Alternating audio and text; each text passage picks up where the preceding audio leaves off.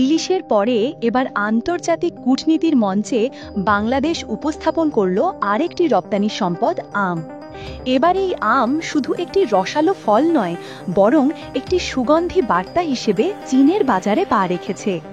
বাংলাদেশি মধুর আম আর সেই সঙ্গেই আলোচনার কেন্দ্রে উঠে এসেছে কথিত আম কূটনীতি।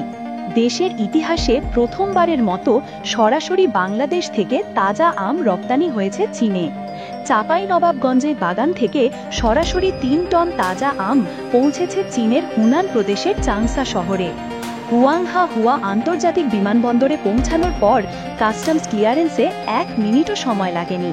ফাইটোস্যানিটারি সার্টিফিকেট থেকে শুরু করে শিপিং লেভেল পর্যন্ত বাংলাদেশি প্রস্তুতির ছাপ ছিল চোখে পড়ার মতো। চীনা কাস্টমস অফিসাররা আম পরীক্ষার পর বলেছেন, নো ইস্যু, পারফেক্ট কোয়ালিটি। শুধু ব্যবসা নয়, এই রপ্তানি ঘটনাকে অনেকেই দেখছেন একটি কূটনীতি যুগের সূচনা হিসেবে।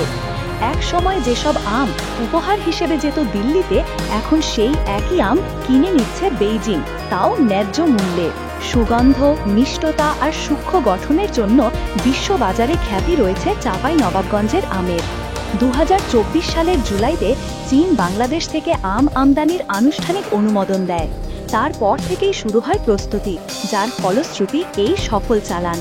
চাংসা কাস্টমস এই আম চালানটি বাস্তবায়নে ডেডিকেটেড ফ্রেশ এক্সপ্রেস ইউনিট ও কাস্টমাইজড ক্লিয়ারেন্স প্ল্যান গ্রহণ করে, যাতে ফল পৌঁছায় একদম টাটকা অবস্থায়।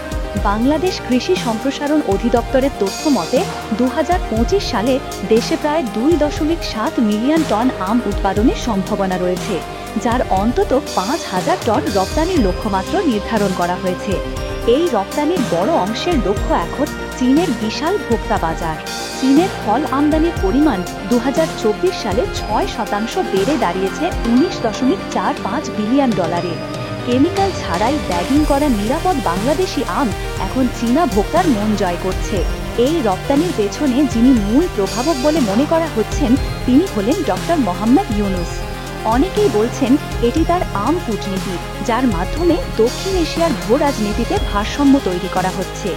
ভারতের প্রতি অতিরিক্ত নির্ভরতা হ্রাস করে চীনের সঙ্গে অর্থনৈতিক সম্পর্ক মজবুত করাই এই কৌশলের মূল লক্ষ্য।